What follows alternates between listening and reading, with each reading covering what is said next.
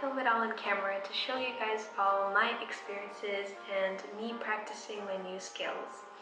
So today it is all about baking. I'm going to be baking icebox cookies.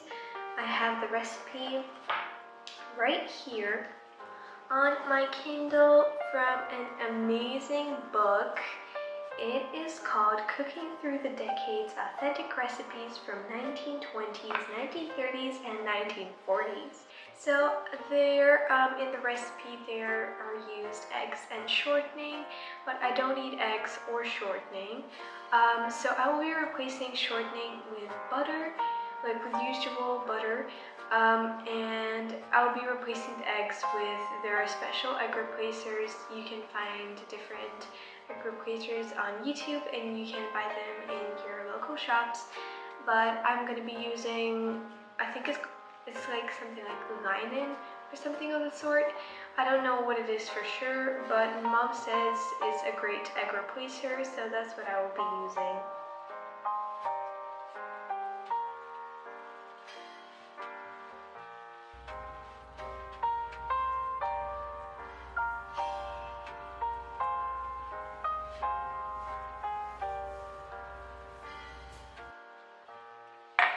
So the first ingredient is to prepare the egg replacer, but if you use eggs, then you can put in the eggs immediately.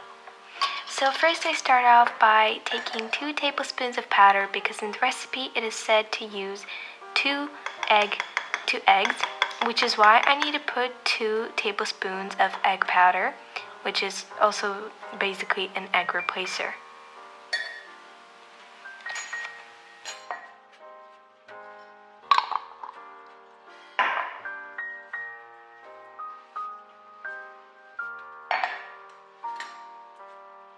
Then to make this egg replacement powder like an egg, I poured in a little bit of water just so it goes over the top of all the powder that I put in. Ingredient number 2 is melted butter.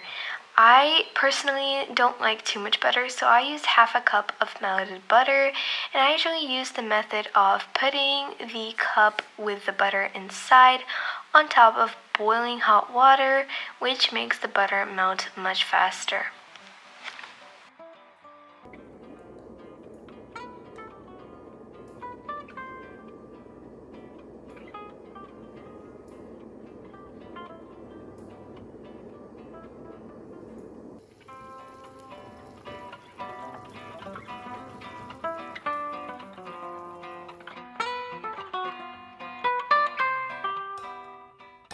After pouring the melted butter into a bowl, I'm going to be also putting the egg mixture I made earlier, and I'm going to be mixing it all together.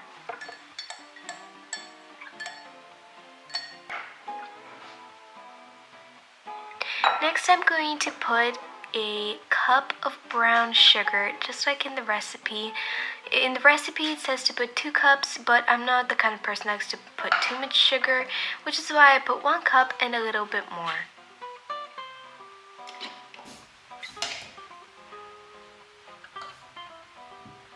Next, I'm going to put 2 cups of flour.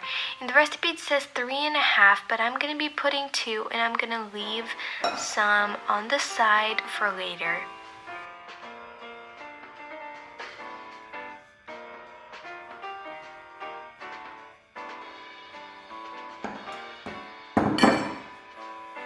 Next, I'm going to add a pinch of salt, and I'm going to be also adding some vanilla extract for that lovely taste in the dough, because it adds like a really nice taste and smell, and it just makes things so much more delicious.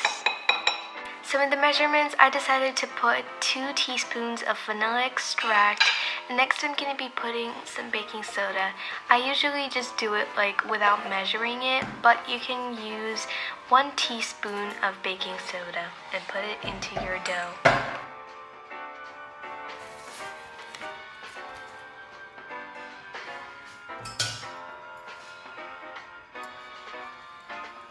So now I'm going to mix everything together into like a sandy crumb dough. So the next step is to put milk. You can put regular milk, but I don't really drink regular milk, which is why I put in a tiny bit of rice milk and I started mixing it together. The most important thing while mixing the milk in is to not put in too much immediately, because since this is a crumb dough, it's really soft and it gets hard with the milk really easily, which is why you need to put like little bit by bit and make sure not to put too much in like at once. I also used a spoon to mix it up a little bit better, and now the dough is prepared, I will shape it into the forms and get it ready.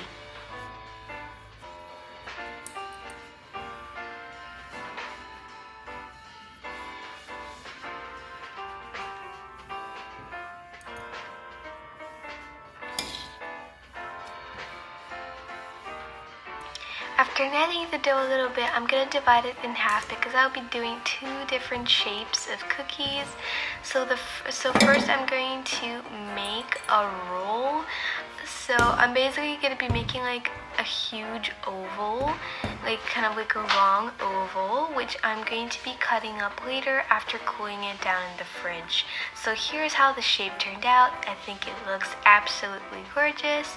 I have it shaped and now it looks perfect, so I'm going to be putting it away into a fridge, and I'm going to continue doing the next shape. So this is how it looks on a plate. Time to put it away to cool down. For the next shape, I'm going to be doing like a checkerboard. So I'm going to divide it in half, and in one of the halves, I'm going to put some carob powder, which is technically a replacement for cocoa powder. It is just what I like to use more. I put some in to make the dough darker. It's not necessarily going to make it much darker, but it's going to be at least somewhat darker, which will make it a bit of a difference.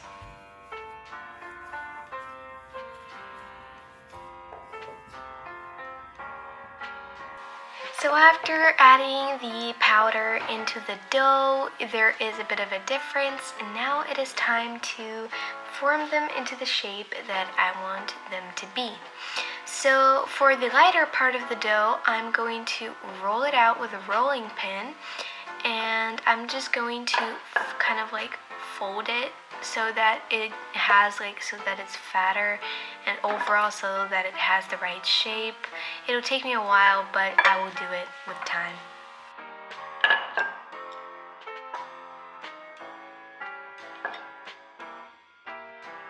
So now that I have the two pieces of dough prepared, I'm going to put them on top of each other, and I'm going to make sure that they're nice and connected. And the next thing I'm going to do is cut it up in half, carefully, neatly. I'm going to cut it in half.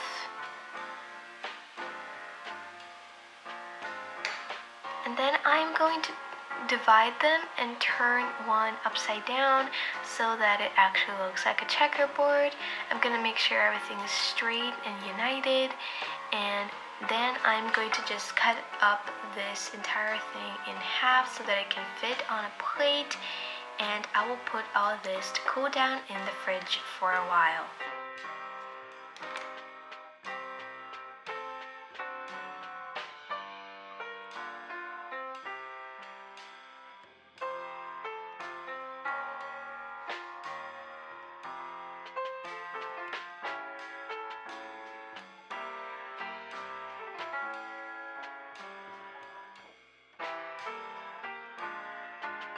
Now that everything is cooled down, it's time to slice everything up. I'm going to start off with the roll.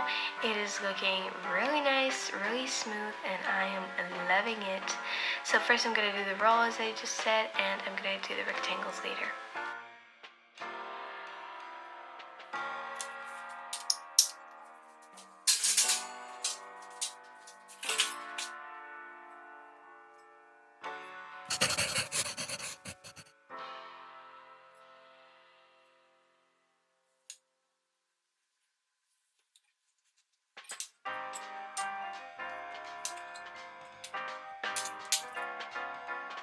So this is how the slices turned out. I think they look lovely, and now it is time to prepare them for baking.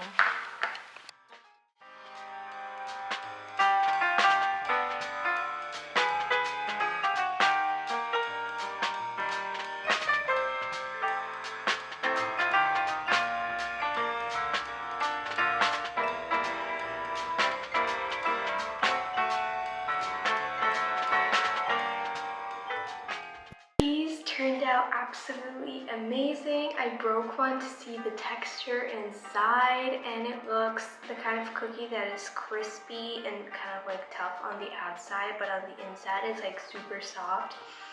I made a lot, and I hope my family, my sister and my mother will be able to enjoy these cookies. I hope they turn out tasty. By the smell, I believe they are going to be very good. But overall, I want to thank every single one of you for watching this video. Even though it may not be quite a lot of people, still I hope that you enjoyed this video, and I hope that somehow maybe you can use this recipe because it is a very nice one. It's pretty simple and it turns out very delicious. It doesn't need any like complicating ingredients. Please come back and don't forget to hit the subscribe button, and if you would be kind, please like this video because I try my best to film this video and to make this tutorial for these amazingly delicious cookies. Love you guys!